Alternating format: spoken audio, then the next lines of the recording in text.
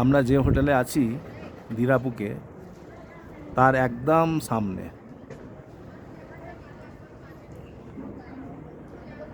কৈলাস পর্বত,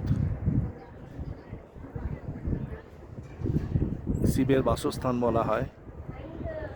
এখানে শিবজি আর মাতা পার্বতী বাস করেন।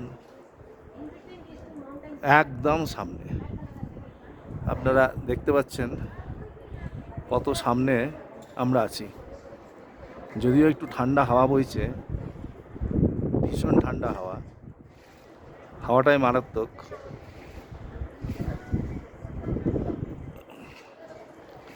এরপরে